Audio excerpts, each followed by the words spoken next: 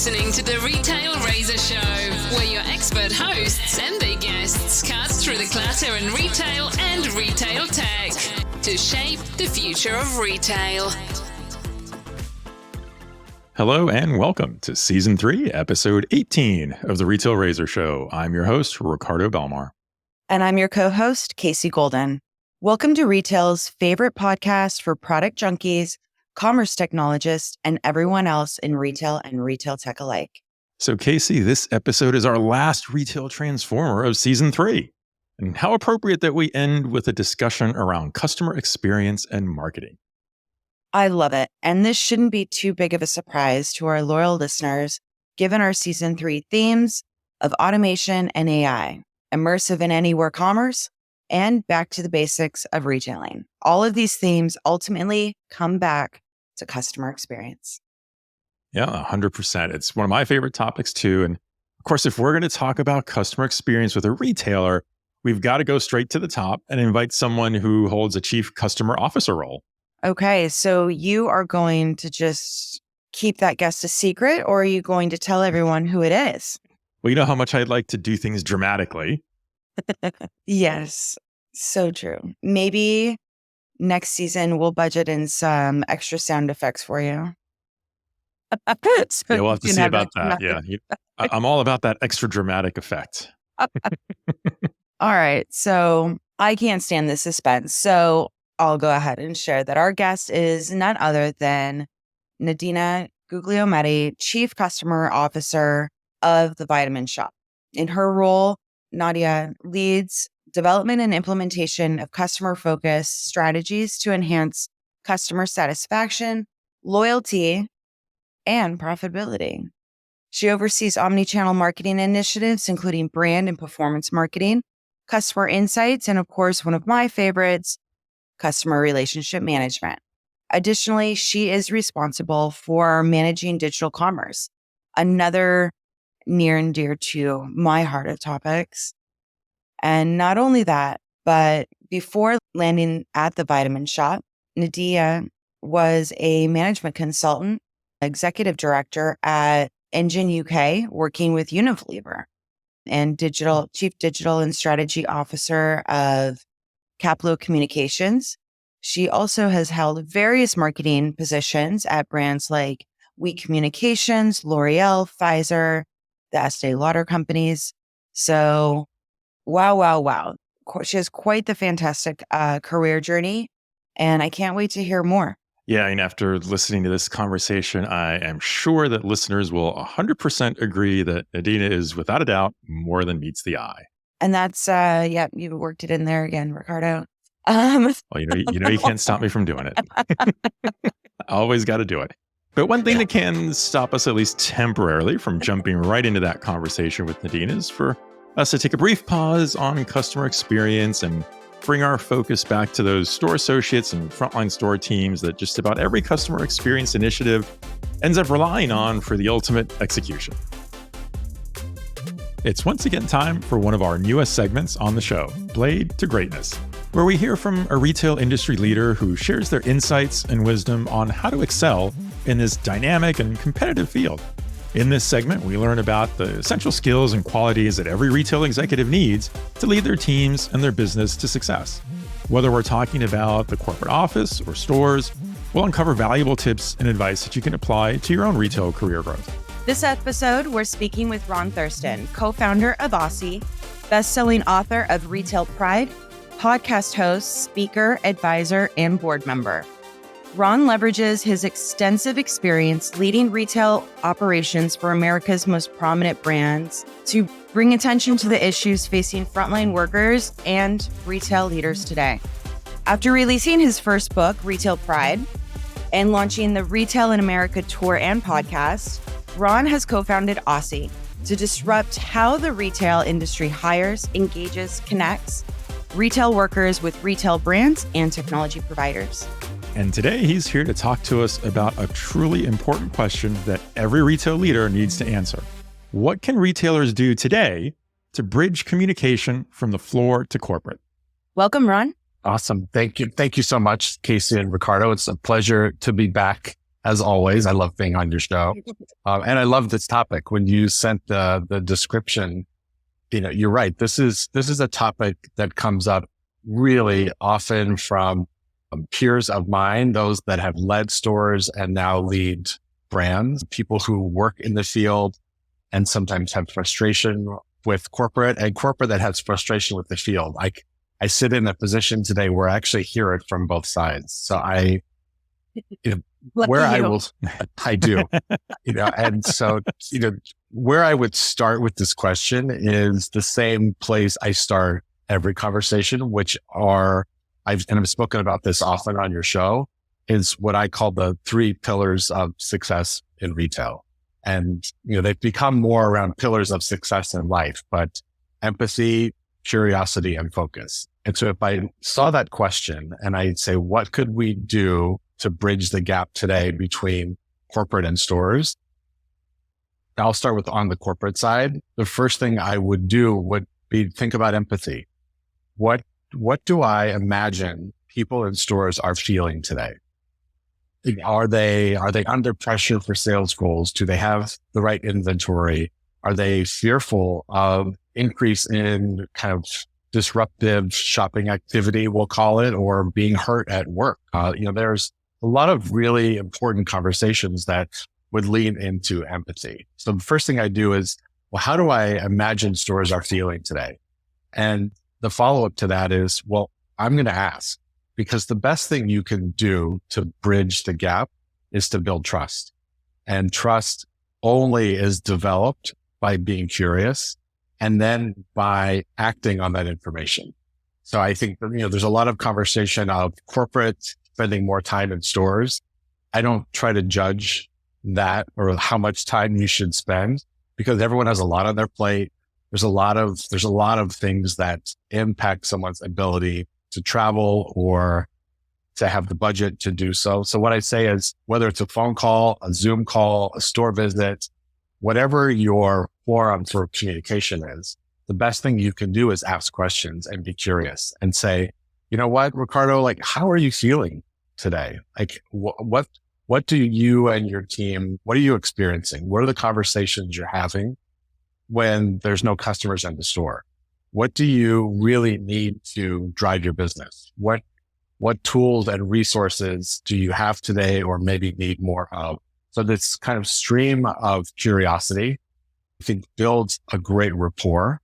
And the focus, when I think about the third part of this conversation, is what do you do with that information you just received?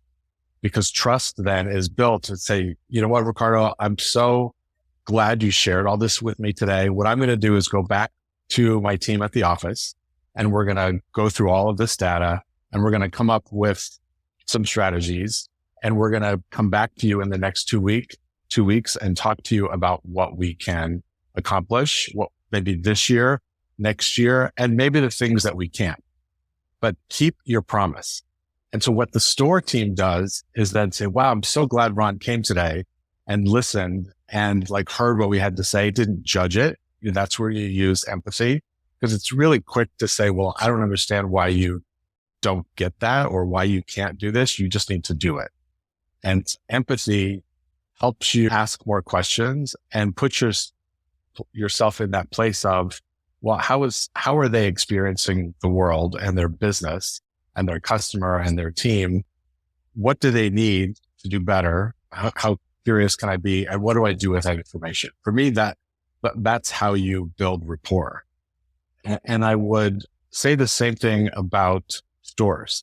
There's, I think, often what I discovered when I became a vice president of stores is there's also misinformation at the store level about what people at corporate do. And so there's this idea of, well, whether it's product, whether it's resources, whether it's payroll, whether it's operational efficiencies, maintenance, the list goes on. Sometimes there's this judgment that happens in stores about corporate. And so you make assumptions that they can do better or should be doing more or should be spending more money or should be buying product differently. And my, kind of advice or thought process is here, we'll use the same pillars and say, well, how do people in in corporate, what's their experience today? And maybe there's been headcount reduction in the office. Maybe there have been budget cuts. Maybe there have been other things that are restricting their ability to give me the things that I may need to drive my business. So how do I imagine the corporate teams are feeling? And then be curious. Like, well, how can I ask great questions to get what I need? And the focus is, how can I then deliver on the result that I'm expected to deliver with full insight into information? And where that really showed up for me is, as a vice president of stores and traveled as much as I possibly could, listened, I really did try to act. But sometimes it's actually going back and saying, I hear you, but we can't do that. And here's why.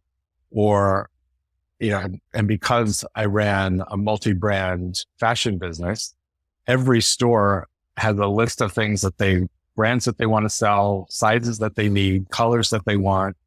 The product was the number one conversation always, but it's so complicated when you start talking about brands that you could sell in certain locations, inventory levels, sell-through numbers, margin conversations, kind of restrictions on merchandising. So it becomes an education process back to the field and say, look, I hear you, and I'm really curious about why that needs to happen.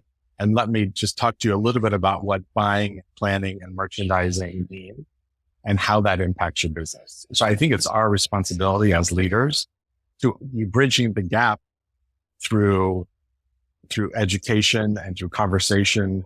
And it's not a one size fits all. It's very much let's try to solve to the best of our abilities by using empathy, curiosity, and focus on both sides. Yeah, I love the way you describe that. And one of the things immediately comes to my mind as I'm listening to you, Ron, describe the process behind this is that really what you're doing, and if I think of it as what's the outcome of this, you're actually presenting to your store teams, for example, that corporate doesn't just view you as an endpoint, but that you're actually part of the business. So there's that combination of what you said at the beginning to you're asking what their experience is, you're acknowledging what they've told you, not dismissing it because you don't think it should be that way, right? Which I think is a common perception that I think stores have about corporate, that they'll just dismiss what we say because they don't think it should be that way. You're acknowledging it, but then you're also recognizing that whether you can or can't do something about it, you're still closing the loop and making sure that if there's a reason why you can't, you're explaining what that reason is. You're not just, again, dismissing it out of hand and saying it's not important, which just makes this team feel like they're not being heard, even if you did acknowledge it. You're also recognizing that we're trying to see what we can do about it, but maybe we can do something, maybe we can't. And if we can, wonderful, here's how we together resolve that challenge or whatever that issue might be. And I think that is probably the way I look at it as, if you're a member of that store team, you come away feeling that I'm not just this unit of labor that the brand is benefiting from. We're actually part of a whole. We're part of the whole business and the brand together. And that takes great intention on both sides. Mm-hmm. It takes intention from and eliminating some of the assumptions about what people do and why they do it, and not judge that someone else's job is harder or easier than yours, because everyone's role is important, whether it's in part-time, new hire in the store or someone that holds an executive position. Everyone's role is important. They just have a different needs at different times for the business. And so I will look at that and say, actually, a new hire whose first day is on the floor today is interacting with the customer that the company just spent thousands of dollars marketing to get them to walk into the store. And that customer's experience now is determined by this person whose first day on the job is today. And so whether you are the CMO of the company who just signed off on a multi-million-dollar budget to drive traffic, or I'm the part-time person on my first day, the ultimate goal is that customer has an incredible experience. It just so happens that customer that you just spent money on to get into the store is engaged with a new hire. And so we can't say one is more important, because the customer could have this incredible experience. And like, oh my God, I met Casey. She showed me all these things that she loves, and she told me it was her first day. and she asked for my patience while we went through the journey, but she was incredible. And I love this brand and I can't wait to come back and see Casey again. I mean, that's a really good outcome. Or, the opposite could happen. I don't need to describe that, but I think that there's this sense of if you treat everyone with empathy and kindness, you recognize that everyone's role is important. They just have different purposes. Yeah, I think acknowledging that every single person who works for you at a brand is your consumer, an advocate in the community. Nobody, no matter what company people apply to work at, people typically apply to companies that they like, love, or are inspired by. And that bad experience of working there, the bad experience of communication, the bad experience of not feeling supportive, that loses you a customer, their family, their friends.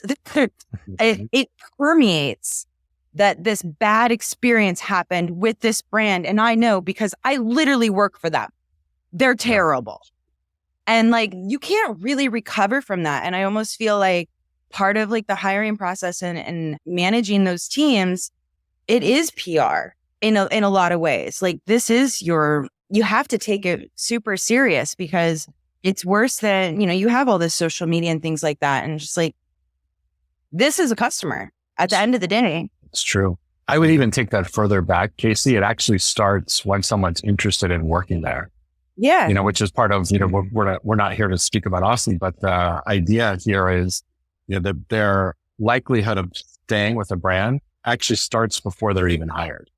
When during the journey of interviews or lack of interviews, lack of follow-up or incredible follow-up, all of that creates impressions that, okay, great. I get the job, but you just tortured me for a month to get here. Right. Or, oh my gosh, I met these great people. I can't wait for day one.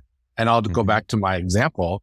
Okay. So you created an experience of an interview and an onboarding that was so good that customer that I just described that walked in, that the company spent money on, engages with me, and I have an incredible experience. And then the opposite can be very true. So I think that I agree with you, Casey. It's every touch point for every brand is about an experience. And whatever that means for the future of a brand, they're really important moments that we can't put into silos. They're all connected. They're all important. And every person in this kind of ecosystem of retail play really important roles. Yeah. I think that's a great point about how that experience starts from the moment they're being recruited in that hiring process. I hadn't thought of it until just hearing you say it, that if that hiring experience is already tortuous, then you've just set the stage. I know it's a strong word, but I actually, I hear enough candidates to know that that's actually a valid word. Yeah, I agree. Yeah. I think so. I'm just thinking back to even, I remember in some retail jobs, I had the same thing that, it was not a pleasant experience to do that, but you're right. It actually sets the stage for what your day one will be like before you even get to day one. And I think in that sense, right, it's wise for brands to think of, from the marketing point of view, brands like to look at influencers, right, to promote products. But at the end of the day, they should really be thinking that, well, you have an entire team of influencers at your store that work day in, day out. Because like you said earlier, however expensive a campaign you may have run to drive customers to go into the stores or walk through the door, well, the very next point of influence they're going to have is likely to be that store team member who they talk to first. Yep. Yeah, it's word of mouth is very powerful tool for marketing. And I feel that the best way to get that word of mouth marketing is literally through your employees. Because that is, 90% of friends and family that they know you're happy at X brand, X company, and that influences them more than a review online. Right. No, it's true. And social media just escalates that very quickly. And there's a lot of TikTok and that don't paint retail in a positive light. And some of that is deserved. And so I think we do have to do better.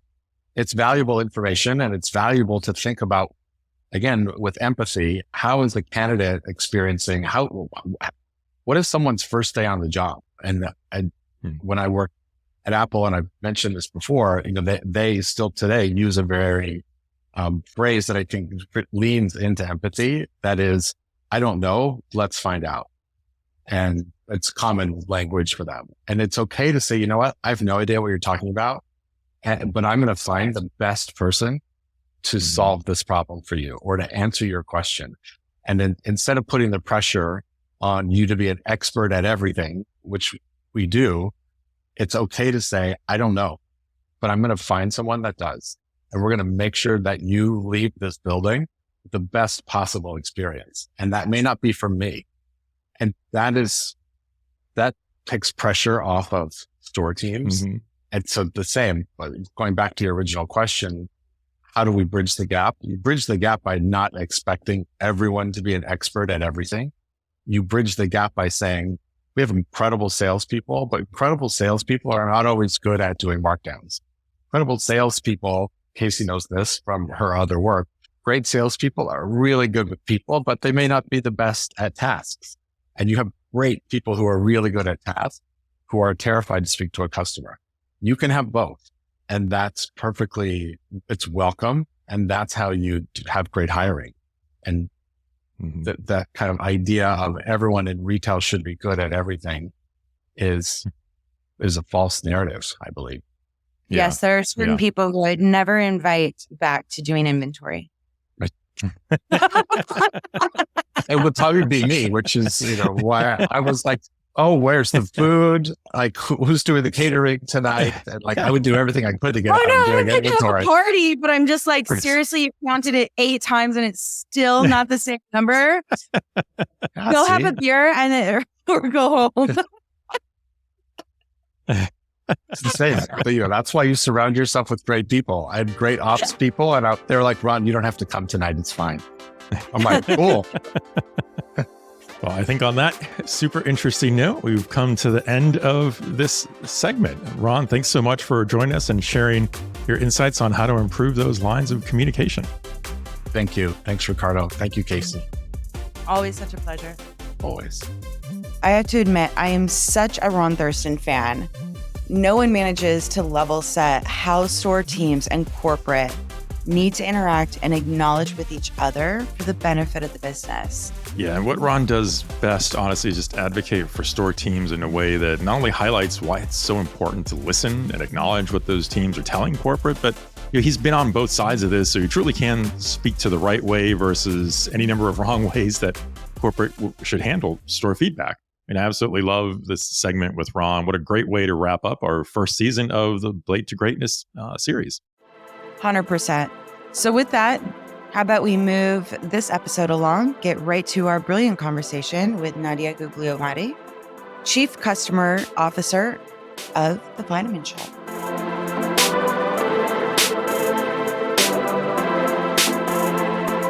Welcome, Nadina, to the Retail Razor Show. We're honored to have you join us. Thank you so much. I'm happy to be here. We absolutely love talking about customer experience and how retailers and brands are leveraging technology to enhance that experience and hear how it impacts marketing. It's always amazing to have someone like yourself from a brand of the Vitamin Shoppe to share your insights and learnings with us. Nandi, why don't you fully introduce yourself, your role and mission to the organization, and tell us a little bit about your journey leading up to the role at the Vitamin Shoppe. Sure. Yeah. So I am Chief Customer Officer at the Vitamin Shoppe. I oversee the customer experience for the brand. That includes marketing, how we acquire customers, our loyalty program, how we retain customers and delight them, our e-commerce site, how we develop sort of an omni experience for our customers, and then also tracking, planning, customer data, customer growth, all of that fun stuff when it comes to customer and data and measurement.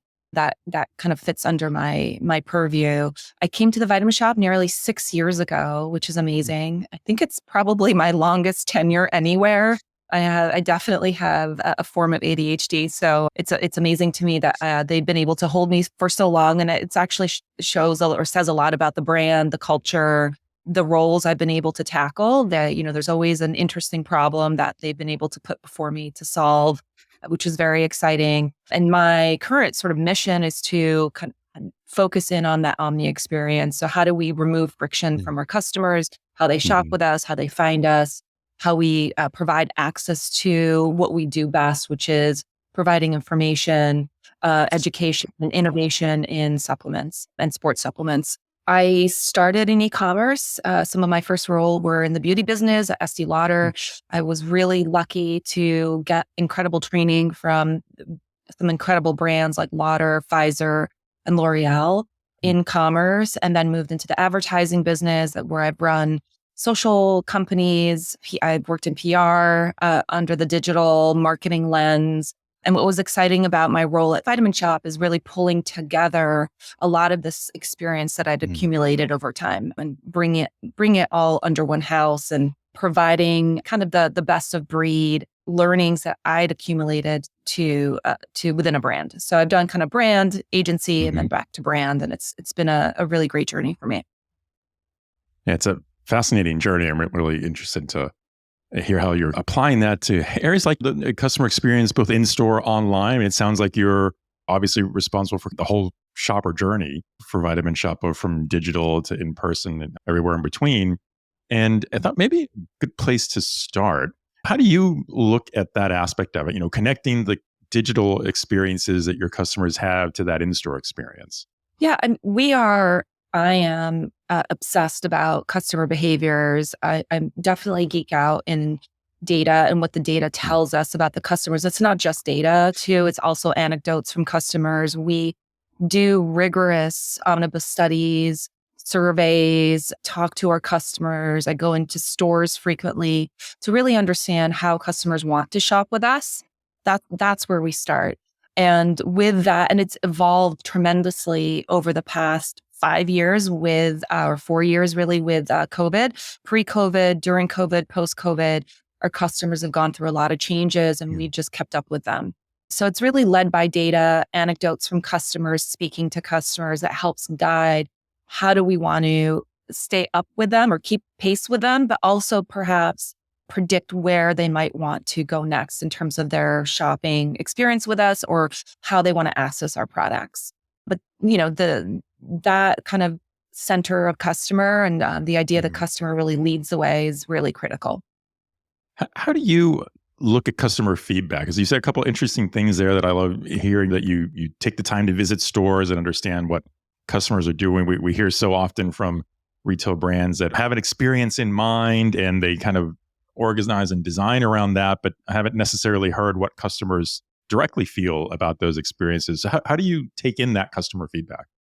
It's everything from I get reporting, I read reporting on a weekly basis from our stores written by the store managers about what they're hearing from customers. So it starts there, and you kind of have to take some things with a grain of salt because it gets very weedy, and you have to make sure that you don't get stuck in an idea that perhaps is too niche as opposed to appealing to the broad set of customers that you have. So it's a little bit layered with what are the customers saying every week on the ground? What do we see in the data? And we rigorously do, again, weekly and then quarterly data crunches around what our customers are doing and how they're behaving. What are we seeing in the industry? I'm part of NRF Executive Councils for both digital and marketing. That's very helpful to look at what is the sort of broader industry data telling us as well. We're also part of IAB, which is also very helpful in getting a sense of where things are going with customers. And then we do these yearly assessments. All of that really brings it together. And a lot of it is testing. We at the Vitamin Shoppe, we do test and fail sometimes. We try ideas that don't always work, or we see trends and we jump on them. And sometimes things don't work. And I think we do a really good job of putting something in motion. We try it. And if it doesn't work, we're okay. We move on. And that has provided for us kind of rapid learning, the ability to move with our customers. We're okay with doing things and succeeding, but also doing things and trying things out and they don't succeed. And that can be anything as small as a new advertising platform to building a product that we try to launch in market to a new tech sort of solution. A great example is we redid our checkout page on our website. We were so excited and it wasn't working. It wasn't doing what it was supposed to. It was very clear. And there's so many great technologies out there today that can help you track how consumers are going through your site and where they're stuck. And we immediately made changes and got the results we needed. So we're okay with looking at ourselves and saying, okay, this didn't work as we thought it did. Let's keep iterating. And that's helpful. As a specialty company, it's really critical for us to be that nimble. The nimbleness, because we can't necessarily compete with some of the big boxes and the tech investments they have, but we can certainly compete with them in how nimble we are, how fast we can be when we go to market, how quickly we can change to stay in front of the customer. And that really has sort of helped us a lot, especially during like pre-post COVID. So, as you're obviously Vitamin Shoppe is a brand known for being in the health and wellness space. And I think you're certainly recognized for having store teams that are really well trained and knowledgeable about products that help customers. How do you stay ahead of that curve? Because I think it's fair to say that there's been a lot of changing trends over the years in this space. And as you mentioned, particularly post COVID, a lot of the consumer views on this space have changed. How do you stay ahead of that curve? So for health, we call them health enthusiasts. So those are employees in stores. We take a lot of time to keep them educated. And the folks that work in our stores or want to work in our stores typically come from a background where they're passionate about health and wellness. Sometimes they're even influencers themselves on social platforms. They might be trainers. We also have some younger employees who are also getting nutritionist degrees or things like that. They're typically hungry for the space that we are in, which is amazing. So they are curious about the supplements, ingredients, or the trends, and that's very helpful. We provide a lot of educational data. We work closely with our third-party vendors to gather their data. We invite a lot of their experts into our stores. So it's really about access of information. We also require that our folks who work in the store to ingest a certain amount of information to keep up with new products or changes. And then we also are very rigorous about quality within our own products, which makes our own health enthusiasts believe in what we're doing. So we do a lot of testing on third-party products. We test our own products that we bring to market, our private label products rigorously, and that quality control, quality of information. We also are very rigorous about what we say in market. So we work very closely with our legal team to make sure that what we tell our customers is what we can say and is backed up. If we're going to say something, it's probably backed up by research, or we're not going to say it. And that provides a level of trust from both the folks who work in our stores and what they're saying. They trust that we're giving them good information and that we're educating, but it also provides a level of trust of our customers as well. And information is, I think, one of the primary content strategies, right? Is really understanding the nutrition and supplements. When we think of the competitive landscape of the health and nutrition supplement retailers, what consumer-centric initiatives or innovation has Vitamin Shoppe implemented recently that you think stands out to build stronger connections and just with your customer base? Yeah. So I think there's a handful of things. One on our Healthy Awards side. Well, it's not quite, I think, the direction you were going in. The relationship with our customers, there's a value exchange there with customers, right? And the value exchange that we've typically had is financial. We've evolved that where the value exchange is more behavioral, where we reward our customers for behavior, whether they're filling out surveys or giving us information. We do this through the lens of our Healthy Awards program. So you could fill out a survey and get 10 points. You could go to our TikTok page and get some more points. And that's really helpful for us. We get a lot of data information, first-party data from our customers. Okay. And they get value back. So that's one. It's that's been incredibly successful in helping to build basket size, retention, and stickiness with our customers in this sort of very simple way of unlocking that new relationship with our customers. And then on the other side, another thing we've been doing, as I mentioned earlier, we have an incredible amount of health enthusiasts in our stores who are influencers in their own right, incredibly passionate and known. So we've created a Vitamin Shoppe squad where they are actually almost advertising on our behalf. They're talking about products, they're engaging with their audience, and often it's sizable, and releasing some of that information on our behalf, because we find that with creators, especially creators who work for us, that's the best way of connecting with customers. It's a very trusted way rather than just having a brand speak on this is how great we are and so on and so forth. So that's another thing that we've done and unlocked, which has been very useful and successful. Yeah, having a workforce that is passionate about the company and the space, that's hard to replace. Yeah, as I said earlier, I've been with the Vitamin Shoppe a long time, and then the culture, we definitely believe in our brand. We love what we're doing for customers, providing a sort of a guide so that our customers can achieve their best self in terms of health and wellness. And it's something we really stand behind, and it's infectious. Everybody, we feel really strongly about wanting to provide that guidance and access to the best supplements that, are in the market. And it really sounds like you've built a lot of strong customer loyalty from that. And also even with employee loyalties, I think from both sides of it, you can see, I think, the difference just in hearing you describe it on how that helps grow the business and grow the relationship with customers. One thing I'm curious what your thoughts are. How do you look at balancing acquiring new customers and versus the kind of initiatives you're doing to nurture those existing ones and create greater lifetime customer value? How do you look at the and balancing that, and how do you invest in one versus the other, or both at the same time? Yeah, that's a really good question, because there is always a tension between how much you spend on your current customers and marketing. And we're a very, efficiency is everything in marketing. As much as I don't, it's certainly about being creative, but it's also about being very efficient. Efficiency is everything. And we do look at, again, going back to data, we look at our customer lifetime value to understand how many new customers do we need to have in a year to sustain our business. So we do go through that rigor and analytical rigor to really get down to the weeds. I also, as a marketer, don't expect that we're going to keep every customer. You're going to have those casual shoppers in your business. And actually, that's okay. That's a good thing. You need casual shoppers. You can't just have people that you retain. You're going to have people who come in and out. They're casual, and those casual shoppers are really critical.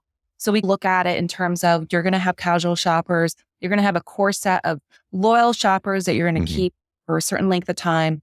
And then we need a certain level of new. And we really partner a lot with our third-party brands to bring in the new, because new customers really come to us for access on something they're not getting from their big boxes. It's either the innovation we provide, the information, as I mentioned before. I don't know what to take. It's so confusing. It's such a confusing space.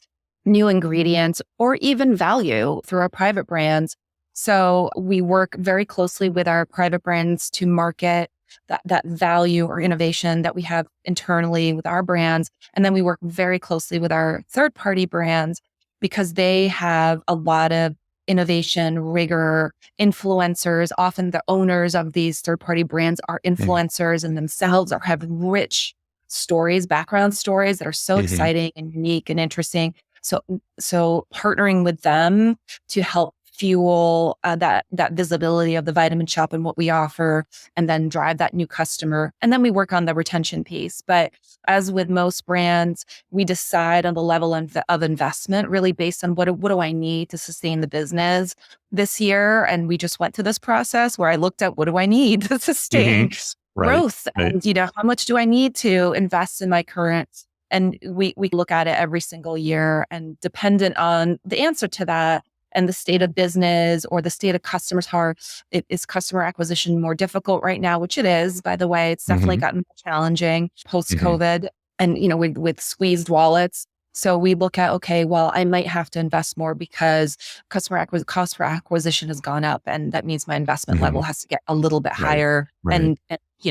And then we work through that mix of where do you go to get those customers, what's been working, and all of that. So it's a good question. It's every year it changes. I will say it's never the same year to year of what we're investing where.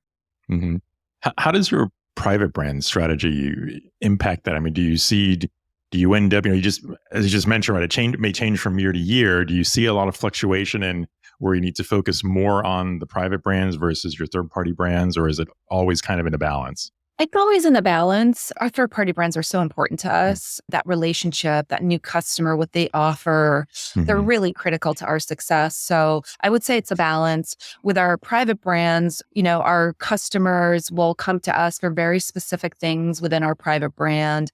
And there are some of our private brands that are great new customer drivers. We have one brand called BodyTech. There's a series under BodyTech from a sports supplement perspective. It's a great brand. It drives new customer acquisition. We do invest in that brand from a new customer acquisition perspective. So we look at which are the brands that are going to deliver new customer acquisition for us, and which are the brands that are really they sustain the current customers we have. They're more value items in our portfolio.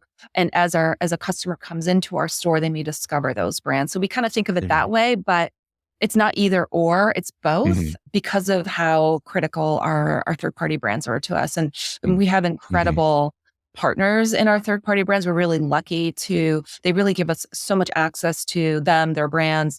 A lot of what we're doing this year and next year is really thinking or working more locally. And we often get some of the ambassadors, founders to go visit stores. We've had lines outside of our stores to go meet somebody like Chris Bumstead. So these sorts of initiatives can only be fueled with that partnership. I always like to ask every marketer we talk to, what your thoughts are on retail media networks. And is that something that as a brand, are you developing your own network? Are you working with other retail media networks? And because I could envision how based on your especially the private brand strategy you have, the need to be sort of looking at it from both sides. Yeah, we don't work with other retail media networks today, though I think that's where it's going. I think right now the retail media network world is very fragmented, and there's a lot of if you look at the updates in the news, the challenge with a retailer having a retail media network is you need to talk to a different department, you need to gather new funds. This isn't your co-op dollars. It's a pretty rigorous investment to put it, stand it up. So we haven't officially stood up kind of an end-to-end retail media network, though we do provide advertising opportunities for brands within our ecosystem. I think where it's going is that there's going to be a lot more retailers partnering together to offer access to a retail media network, especially smaller retailers. That's where it's going to go because so we thought about it a lot last year. We're incredibly interested kind of building out the end-to-end. We decided to pause a little bit because we were noticing the incredible amount of changes that were happening. I'm sort of the philosophy we're a mid-sized brand retailer. Let the big guys lead the way and kind of pave the technology, and then we'll jump on when things are a little bit more solidified. And I think we're going to give it a little bit more time before we build out the end-to-end. Because I think there's a lot of change that's still happening with where those retail media networks are going. But it's very exciting. We do have some things that we do, like we do our checkout page. We do allow ads from brands that customers are exposed to. So we do some things and they're incredibly successful. We love it. It's a really great new revenue stream for us.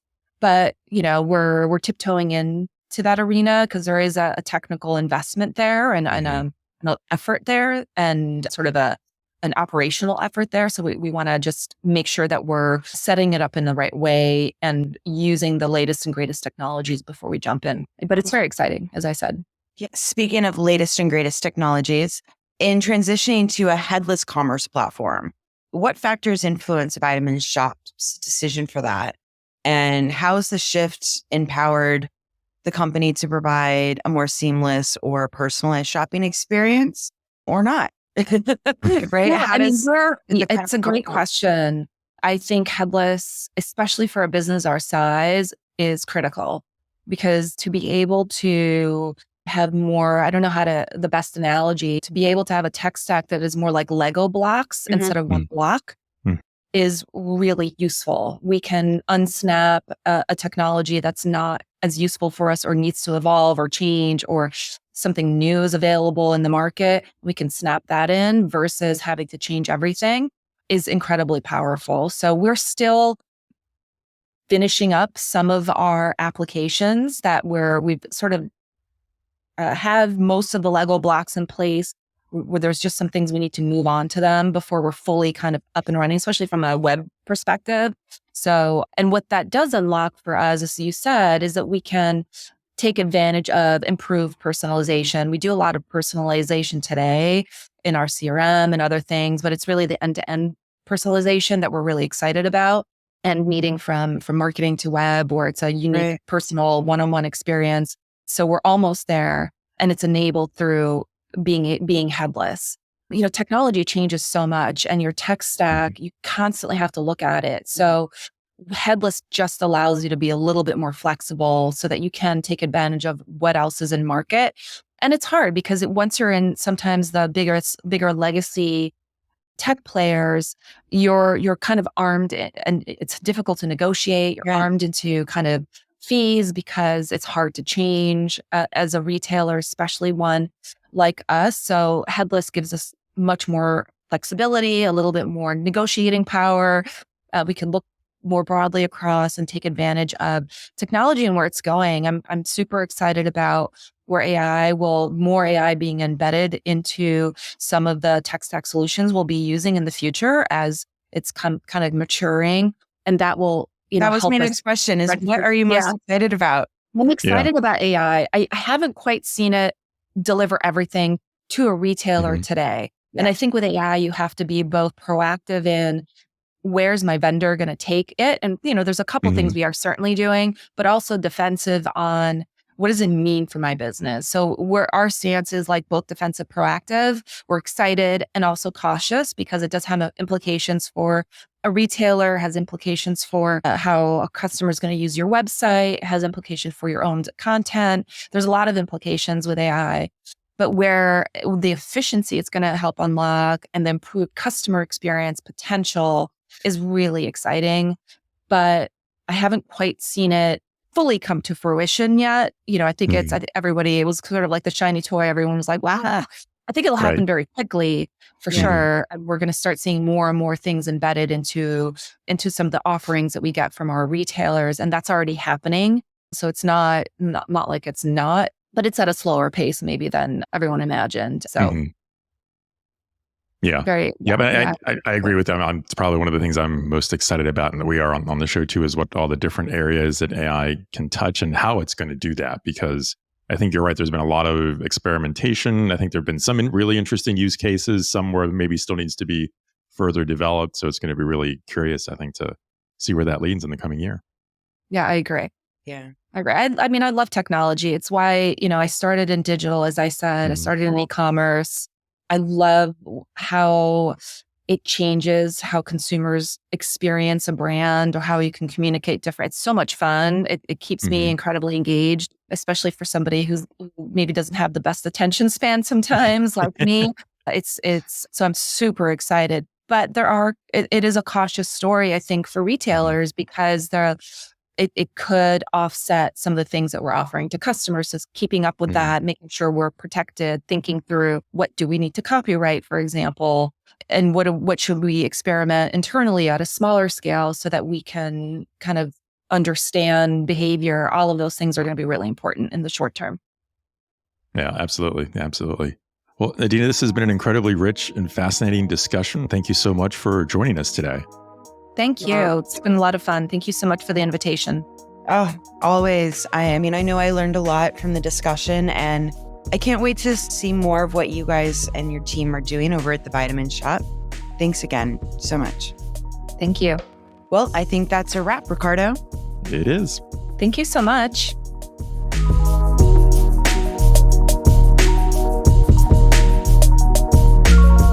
If you enjoyed our show, please consider giving us a 5-star rating and review on Apple Podcasts. Remember to smash that subscribe button in your favorite podcast player or tune in on YouTube so you don't miss a minute. If you haven't tried Goodpods yet, give it a spin and follow our show. We're on a streak of regularly hitting the number 1, number 2, and 3 positions on the top indie management and marketing podcasts. Thank you to our Goodpods listeners. If you want to know more about what we talked about today, take a look at our show notes or handy links for more deets. I'm your co-host, Casey Golden. And if you'd like to connect with us and share your feedback, follow us and the show on Twitter at KCC Golden, Ricardo_Belmar, and at Retail Razor, or find us on LinkedIn. And if you want all the highlights from each episode, subscribe to our Substack newsletter for full episode transcripts and some bonus content. I'm your host, Ricardo Belmar. Thanks for joining us. And remember, there's never been a better time to be in retail if you cut through the clutter. Until next time, this is the Retail Razor Show.